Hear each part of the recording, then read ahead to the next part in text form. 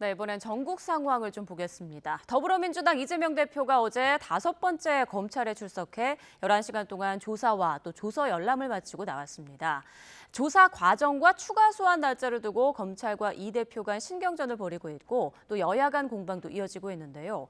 그런가 하면 윤석열 대통령은 5박 7일간의 인도네시아 인도 순방 일정을 마치고 내일 귀국합니다. 정치권 이슈 서성교 건국대 특임교수, 배종우 세한대 교수 두 분과 함께 짚어보겠습니다. 안녕하십니까? 네, 안녕하세요.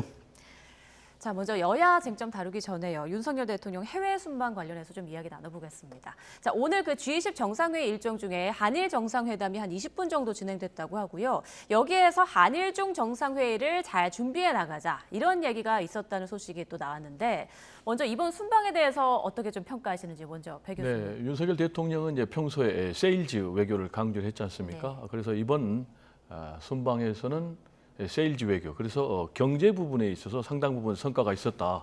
이렇게 평가를 좀 받고 있습니다. 예. 구체적으로는 이제 공급망 다변화, 그리고 또 인프라 투자 확대, 그리고 에너지 협력 분야에서 성과가 있었다. 이런 평가를 받고 있고요. 대표적인 성과로는 이제 핵심 광물, 그리고 원전, 방산, 또 신재생 에너지, 건설 등에 있어서 좀 효과를 봤다. 이렇게 지금 평가를 받고 있고, 예. 구체적으로는 한국 인도네시아 비즈니스 라운드 테이블에서 원전 그리고 핵심 광물 등 7개 분야에서 16건의 계약을 체결했다. 이렇게 발표가 됐고요. 특히 이제 인도네시아 대통령과 관련해서는 윤석열 대통령 전기차고 배터리 산업 생태계 구축 협력을 강화했다. 이렇게 발표를 했습니다. 그리고 또 필리핀하고는요, FTA 체결 서명식을 가졌는데 필리핀 같은 경우는 이제 광물 과 관련해서 세계 주요 광물 보유국입니다. 니켈 같은 경우는 세계 2위를 지금 생산하고 있고요. 코발트는 세계 4위 핵심 광물을 보유하고 있는 그런 나라로 평가받고 있습니다. 네, 경제 분야에서 좀 적지 않은 성과가 있었다라고 정리를 해주셨는데 서 교수님께서는 좀 어떤 부분을 특히 주목하셨어요? 네, 뭐 교수님께서 자세하게 설명하셨지만 네. 윤석열 대통령의 외교가 굉장히 정상화됐다. 그리고 윤석열 정부가 표방하고 있는 글로벌 중추 국가로서의 당당한 외교가 펼쳐지고 있다 이런 생각이 듭니다. 이번에 아세안과 G20은 다자 외교입니다. 다자 외교에서도 한국의 입장을 당당하게 또 제시하고 있고 또 그동안에 뭐 일본과 미국과 또 UAE와 양자 외교들도 굉장히 성공적으로 해왔거든요.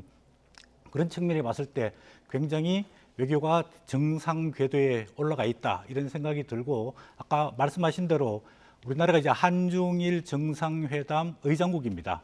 만약에 이번 서울에서 11월이나 12월에 중국과 일본과 한국 정상들이 회의를 해서 영내의 평화와 안정을 구축하고 경제 협력 또 문화 청년 교류를 이루게 된다면은 그동안에 대한민국과 일본과 미국과의 관계는 좋은데 중국과의 관계가 좀 소원했던 것 아니냐, 러시아의 관계가 좀 악화된 것 아니냐 이런 우려가 있었는데 최근에 보면은 미국과 중국이 조금 이제 외교를 턴어라운드 하고 있거든요. 그런 예. 측면에 봤을 때 11월 달에 한중일 정상회담이 서울에서 개최된다면 상당한 외교적 성과가 있을 거라고 보여지고 있고 예. 아까 교수님께서 이제 경제 쪽 많이 말씀하셨지만 지금 뭐 인도네시아 이런 데가 경제 성장률이 6%, 7% 굉장히 높습니다. 우리 기업들 진출하기 위해서 대통령이 세일즈 굉장히 잘하고 있다 이런 생각이 들고 이런 것들이 조금 내년, 내후년에 결실을 잘 맺어서 국민들한테 성과를 내면 좋겠다는 생각이 듭니다. 네. 자, 그런데 그 동아시아 정상회의에서 러시아와 중국을 향해서 북핵 문제에 대한 책임을 강조했단 말이죠. 이 부분은 좀 어떻게 생각하세요? 지금 이제 우리나라 입장에서는 북한의 핵미사일 고도화 문제가 생존이 걸린 문제 아니겠습니까? 특히 이제 최근에 북한과 러시아가 무기 관련해 가지고 서로 밀접하게 거래를 하고 있다라는 이제 그런 추측이 나오고 있지 않습니까? 북한은 이제 우크라이나에 관련해서 네. 러시아에 재래식 무기를 공급하고 뭐 핵 문제라든지 또는 뭐 정찰 위성 문제라든지 또는 핵 잠수함 관련해서 또 러시아에서는 뭐 기술을 제공한다는 것 아니겠습니까? 그렇게 되면 이제 우리나라 입장에서는 안보가 더 위협받기 때문에 여기에 대해서 이제 강력하게 윤석열 대통령 입장에서 이제 경고할 수밖에 없겠고요. 예. 특히 이제 유엔 안보리 상임이사국은 이제 러시아뿐만 아니고 중국도 해당이 되는 것 아니겠습니까? 그래서 중국에도 유엔 안보리 상임이사국에 걸맞는 그런 역할을 해야 된다라면서 책임을 강조를 했는데 지금 러시아 같은 경우는 중국과 좀 다르다고 입장이 봐야 되겠죠. 왜냐하면 이제 러시아 같은 경우는 완전 이제 북한과 한통속이 돼가지고 무기와 또는 이제 군사 기술을 주고받는 그런 관계지만은 일단 중국 입장에서는 약간 거리가 좀 있다고 봐야 되겠어요. 그래서 이제 우리 입장에서는 중국을 좀 외교적인 지렛대를 삼아서 북한을 좀 관리하고 통제하고 압박하는 이제 그런 지렛대로 사용돼야 되기 때문에 윤석열 대통령 입장에서 러시아와 또 중국에 대해서 차별된 메시지를 던진 것이 아닌가 이렇게 해석이 됩니다. 네, 오늘 또 G20 정상회의에서 윤 대통령이 우크라이나 재건을 위한 지원에 대해서 또 이제 추가 패키지 발표하지 않았습니까? 이 부분은 좀 어떻게 보셨어요? 네, 이제 우크라이나 러시아 전쟁이 연말이냐 아니면 내년 초에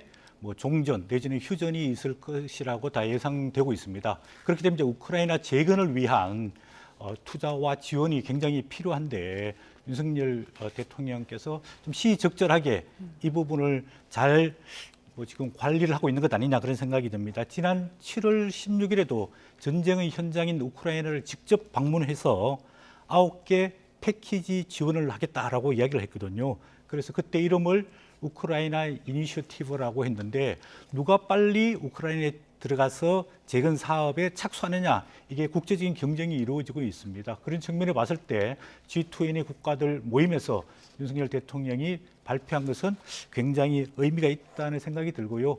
이게 단순히 경제적인 지원을 넘어서 인도적인 지원도 상당히 많고요. 또 국제금융기관과 협력해서 20억 달러 이상의 어떤 재건 사업 또 인프라 구축 사업에 참여하겠다. 그렇기 때문에 우리 기업들이 상당 부분 진출할 수 있지 않을까 그런 측면에서 기대가 됩니다. 네, 지금까지 윤 대통령의 순방 성과에 대해서 좀 짚어봤고요. 지금 나라 안은 시끌시끌합니다. 다음 이슈로 좀 넘어가겠습니다. 더불어민주당 이재명 대표 어제 5번째 검찰 조사를 받았죠. 쌍방울 대북 송금 의혹과 관련 조사였는데요. 먼저 어제 조사를 마치고 나온 이재명 대표의 입장부터 잠깐 들어보겠습니다. 그저 전에 들었다는 김성태의 말이나 아무런 근거가 되지 않는 정황들, 아무 관계없는 도정에 관한 이야기 이런 걸로 이 긴 시간을 보냈습니다. 검찰 권력을 사유화해서 정적을 제거하고 범죄를 조작하는 이런 행태야말로 반드시 청산돼야 될 악습이고. 네, 이재명 대표 많이 수척해진 모습으로 입장 발표를 했는데요. 일단 어제 검찰 조사 방식을 두고 양측 입장이 엇갈리고 있습니다. 이재명 대표는 검찰이 근거 없는 정황이나 전해 들은 말로 좀 조사를 이어갔다. 그리고 검찰에서는 이 대표가 말꼬리 잡기 등으로 조사에 비협조적이었다 이렇게 주장하고 있는데요. 일단 양측에서 계속 신경전이 있었던 것 같긴 해요. 신경전은 양측 다 치열하게 지금 예. 이루어지고 있다고 봐야 되겠죠. 일단 출석 날짜를 가지고도 계속 줄다리기를 했지 않습니까? 그리고 또 출석해서 조사를 받는 시간까지도 계속 줄다리기를 하고 있는데 역시 이제 말씀하신 대로 검찰에 출석해서 지금 조사를 마친 이후에도 검찰도 입장을 발표하고 또 이재명 대표도 입장을 발표하고 또 민주당 그리고 국민의힘도 입장을 발표하면서 말씀하신 대로 신경전이 계속 되고 있는데 역시 이제 제가 볼 때는 지금 검찰, 국민의힘에서는 당연한 범죄니까 처벌받아야 된다라는 입장이고 지금 민주당 그리고 이재명 대표 같은 경우는 정적 제거형 정치 수사다. 그래서 증거도 없으면서 조작을 하고 있다. 이렇게 지금 반발하고 있는 상황 아니겠습니까? 그래서 역시 이제 중요한 것은요. 수사도 그렇고 재판도 그렇고 증거에 의해서 증거주의에 입각해서 판단을 내릴 수밖에 없는 그런 상황입니다. 근데 지금 검찰 같은 경우 보면은 딱 떨어진 증거는 없는 것 같아요. 검찰 같은 경우 지금까지 지금 피의자로 입건한 것을 보면은 김성태 전 쌍방울 회장 말이라든지 또는 이화영 전 경기도 부지사의 말을 가지고 이재명 대표를 제3자 뇌물죄 피의자로 입건했는데 여기서 이제 결정적인 연결고리 역할을 했던 이화영 전 경기 부지사 같은 경우는 이 진술을 번복을 했어요. 검찰의 압박에 의해서 본인이 허위 진술을 했다라면서 부인을 해버렸기 때문에 검찰이 피의자로 입건했던 이 연결고리가 지금 무너져 나간 그런 상황. 그렇다면 이제 남은 것은 김성태 전 쌍방울 회장의 진술밖에 없는데 지금 뭐 통화를 했다라는 것에 대해서도 지금 오락가락하고 구체적으로 이재명 대표하고 김성태 전 쌍방울 회장이 통화를 했다는 증거나 근거도 없는 이런 상황이란 말이에요. 그러면 아무런 결국은 이제 증거도 없는 그런 검찰의 수사가 이루어진다면은 과연 기소가 과연 이루어지겠는지 또는 네. 이제 앞으로 구속영장 청구를 한다면은 그 구속영장이 발부가 될 것인지 이런 부분에 있어서 사법부에서 판단을 1차적으로 받아봐야 될 것으로 보입니다. 네, 조금 전에 배 교수님께서 말씀하신 것처럼 민주당은 검찰의 추가 소환 통보 자체가 혐의 입증에 실패했다는 것이다 이렇게 보고 있는데요. 이 부분 어떻게 생각하십니까? 그거는 민주당의 주장이고 어제 이루어진 검찰 조사를 보면은 실체적 진실을 밝히기 위한 제대로 된 조사가 이루어지지 않았다. 그래서 검찰이 아직까지 밝혀내지 못했던 것 아니냐. 저는 이런 생각이 들거든요. 어제 이재명 대표가 국회의원이고 또 거대 야당의 대표로서 좀 당당하게 솔직하게 검찰의 조사를 법적 실체적 진실을 파악하기 위해서 조금 조사를 받았으면 좋았을 텐데 언론 보도 내용을 보면 검찰 조사를 제대로 안 받았다. 8시간 조사를 받고 3시간 조서 열람을 했는데 건강이 안 좋으니까 빨리 끝내달라. 또 한 차례 더 받으러 오겠다. 또 자기 진술서를 제출하면서 답변을 제대로 안 했다. 조서도 한 120쪽 되는데 3분의 1만 읽어보고 서명도 안 하고 일방적으로 나왔다. 이렇게 되면 검찰이 밝히고 싶어하는 내용에 대해서 제대로 질문도 못했고 제대로 답변도 못 받았던 건 아니냐. 그런 측면에 봤을 때 이재명 민주당 대표가 또 12일 날 한 차례 더 오겠다 스스로 말했단 말이에요. 예. 그러면 12일 날은 제대로 쟁점에 대해서 이재명 대표가 사실관계를 밝혀주는 게 큰 정치인의 입장이 아닌가 그런 생각이 들고 뭐 수사가 지금 엎치락 뒤치락 하고 있는데 아무래도 북한의 스마트팜 지원 문제라든지 또 이재명 당시 경기도지사가 방북하겠다 그 비용을 300만 달러, 500만 달러의 지원을 했는 것으로 밝혀지고 있는데 그러면 그 기한 문서라든지 서명 자료라든지 또 그러면 김성태 쌍방울 그룹 회장이 당시에 유력한 대권 후보이자 경기도지사인 이재명 지사를 바라보고 어차피 지원했던 것 아니냐 이런 실체적 관계를 좀 밝혀야 할 측면들이 있는데 그런 부분에 대해서는 이재명 대표가 그냥 자기 진술서 8쪽만 써가지고 그걸로 가름했다. 이거는 조금 검찰 조사에 협조하지 않은 것 아니냐 그런 생각이 듭니다. 자, 제가 그럼 좀 예, 다른 말씀하시죠. 입장을 얘기를 해야 되겠는데요. 우리 교수님께서 북한의 스마트팜 비용으로 500만 불 그리고 또 방북 초청 비용으로 300만 불이 건네진 것이 밝혀졌다고 했는데요. 뭘 근거로 우리 의혹이 있다는 이야기죠. 밝혀진 게 아니고 그런 부분에 네, 대해서 의혹이 있다. 검찰 조사를 해야 되는데 이재명 대표가 답변을 제대로 안 하니까 검찰에서 실체적 진실을 못 밝히고 있다. 저는 아니, 그렇게 좋아요, 말씀드렸습니다. 좋아요. 그러니까 본인이 이제 이걸 다시 들어보면 말씀하실 때는 밝혀졌다고 표현했기 때문에 밝혀진 것은 없고 지금 김성태 전 쌍방울 회장의 주장만 있고 이화영 전 부지사는 여기에 대해서 부인을 했죠. 그러니까 아무런 증거도 없기 때문에 여기에 대해서 입증 책임이 검찰에 있는 거예요. 증거를 가지고. 그래서 유죄 입증을 해야 될 책임이 검찰에 있는 것이지 피의자가 무죄, 결백을 입증해야 될 책임은 없다라는 얘기를 좀 분명히 드리고 싶고요. 그리고 또 지금 방금 우리 교수님께서 김성태 전 쌍방울 회장이 이재명 대표에게 바라보고 어떤 거기에 대한 대가를 바라고 지원을 했다라고 얘기를 했는데 그거는 김성태 전 쌍방울 회장의 일방적인 주장일 뿐이고 그걸 바라고 했는지 아니면 자기가 주가를 부양하기 위해서 했는지 그건 모르잖아요. 실제로 지금 500만 불이 갔지만은 북한에 5천만 불 가기로 한 계약금의 10%가 건네진 것이고 그걸 통해서 결국은 쌍방울의 주가가 엄청나게 뛰었지 않습니까? 그래서 그 부분은 결국 증거로 얘기해야 된다라는 얘기를 좀 드리고 싶고요. 그리고 이제 우리 교수님께서 이재명 대표가 당당하고 솔직하게 밝혀야 된다라고 얘기를 하고 있는데요. 이재명 대표가 단식 중에 지금 10일째 단식되는 날 검찰에 가서 조사를 받았으면 더 이상 얼마나 더 당당해야 되는 것이죠. 제가 볼 때는 제가 개인이라면은 제가 단식 10일째라면은 난 단식하니까 도저히 검찰 수사 못 받겠어 라면서 검찰 수사를 거부할 수도 있어요. 그럼에도 불구하고 갔잖아요. 그리고 또 앞으로도 지금 검찰이 또 부르면 가겠다라는 것인데 더 이상 얼마나 더 이재명 대표가 당당해야 되는지 제가 좀 여쭤보고 싶고, 그리고 마지막으로요. 정치 거물 같은 경우는 일반적으로 검찰이 한 번 소환해가지고 바로 구속까지 가지 못하면 실패한 수사로 평가를 받고 있습니다. 근데 이재명 대표 같은 경우는 지금 무려 5번째 5차 소환입니다. 그리고 압수수색만 해도 400번이 넘습니다. 그럼에도 불구하고 아직까지 지금 검찰이 구속 영장을 발부를 못 받았잖아요. 그러면 일종의 실패한 수사인 거예요. 계속해서 지금 인디언식의 그런 수사를 하고 있는 거예요. 죄가 드러날 때까지. 이거는 이제 굉장히 잘못되고, 그러니까 지금 홍준표 유명한 특수부 검사 출신이죠. 대구시장 같은 경우도 통상 2달이면 끝난다. 그런데 2년 가까이 이렇게 수사를 하고 있다는 것은 문제가 있다라고 지금 내부에서도 비판이 나오고 있지 않습니까?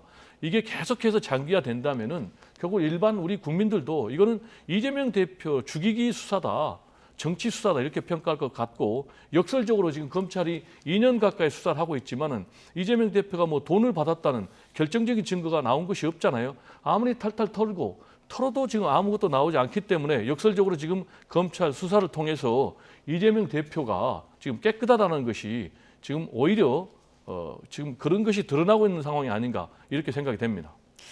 자, 그럼요. 백 교수님, 모레 12일에 이재명 대표가 소환에 다시 응할까요? 어떻게 보십니까, 이 부분은? 저는 이제 본인이 얘기를 했잖아요. 부르면 또 가겠다.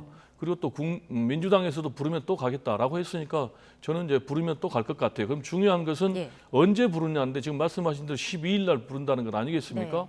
그러면 이제 뭐 한 이틀 남았기 때문에 뭐 그 사이에 이재명 대표가 쓰러져 가지고 뭐 긴급 이송이 된다면 병원으로, 그렇지 않고 검찰에 출석할 힘이 있다거나 또 검찰에 출석해서 조사를 받을 힘이 있다면은 저는 출석할 것으로 전망을 합니다. 네. 자, 그럼 서 교수님께 이걸 좀 여쭤볼게요. 백 교수님께서 말씀하신 것처럼 이화영 전 경기도 평화부지사가 자필 진술서로 진술을 다시 한번 번복하지 않았습니까? 다시 한번 좀 그래픽을 봤으면 좋겠는데요. 압박으로 당시 이재명 지사가 대북 송금에 관여한 것처럼 허위 진술을 했다. 이제 양심에 어긋난 행위로서 진심으로 후회하고 있다. 이렇게 진술서에 썼는데요. 이 부분이 또 검찰에 좀 영향을 미치지 않을까요? 어떻습니까? 상당한 영향을 미치고 있다고 저는 이제 예. 보고 있는데요. 왜냐하면은 이재명 대표의 그 진술이 두 사람인데, 하나가 이제 이화영 전 경기도 평화부지사, 그다음에 한 사람이 그 김성태 전 쌍방울 회장인데, 네. 이화영 부지사가 본인의 진술을 번복했기 때문에 이재명 대표 입장에 봤을 때는 상당히 부담을 들어서 조금 자신감을 가지고 검찰에 출두했던 것 아니냐, 이런 생각이 들고 앞으로도 조금 더 그렇게 나갈 가능성이 높다고 보여지는데요. 근데 문제는 이게 이제 한 장짜리인데 9월 7일 날 뭐 발표가 됐는데요. 이게 뭐 제목이 피고인 진술서 성명 이화영 이래 돼 있는데, 뭐 문체라든지 글 내용이라든지 이런 게 본인이 직접 작성했느냐 안 했느냐, 약간 뭐 이런 논란도 있는데, 이런 부분에 대해서 조금 정확하게 파악할 필요가 있다라고 보여지고 있습니다. 또 뭐 최근에 변호사가 새로 선임되면서 그 변호사가 민주당 경기도 도의원인 변호사인데 조금 민주당과의 협의 과정이 있었지 않을까, 이런 뭐 의혹도 조금 제기되고 있고요. 그럼에도 불구하고 검찰 입장에서는 오로지 이화영 전 부지사의 진술에만 의존하는 게 아니라 인적인 또 물적인 증거를 다수 확보하고 있기 때문에 수사상에는 큰 문제가 없다, 이렇게 판단하고 있다고 보도가 되고 있습니다. 네. 자, 앞서 백 교수님께서는 이제 이재명 대표가 특별하게 뭐 건강상이나 어떤 이유가 있지 않는 이상 모레 검찰에 또 이제 출석할 것이다, 이렇게 예상을 하셨잖아요. 근데 그렇습니다. 민주당에서는 출석 일자를 두고 검찰이 비열한 언론 플레이를 하고 있다, 이렇게 지적하고 있거든요. 아무래도 이게 추석 밥상에 올라갈 것인가, 이걸 두고 이야기하는 것 같아요. 네, 이제 그 문제가 굉장히 중요한 문제 같습니다. 네. 지금 이제 검찰의 앞으로의 수사 일정을 보면은 모레 재소환을 해가지고 빠르면은 이번 주 후반, 늦으면은 뭐 다음 주쯤에는 구속영장을 청구를 한다는 것 아니겠습니까? 네. 그러면 이제 자연스럽게 국회에서 체포동의안 표결을 해야 되겠죠. 그럼 이제 체포동의안 표결이 이렇게 쭉 이런 일정을 감안한다면은 결국은 추석 명절 전에 체포영장 국회에서 동의안 표결이 이루어질 것으로 보여지는 거예요. 예. 그럼 이제 만약에 체포동의안 표결이 국회에서 가결이 된다. 그러면은 이재명 대표의 리더십 내지는 뭐 민주당의 분열상이 드러날 가능성이 있고요.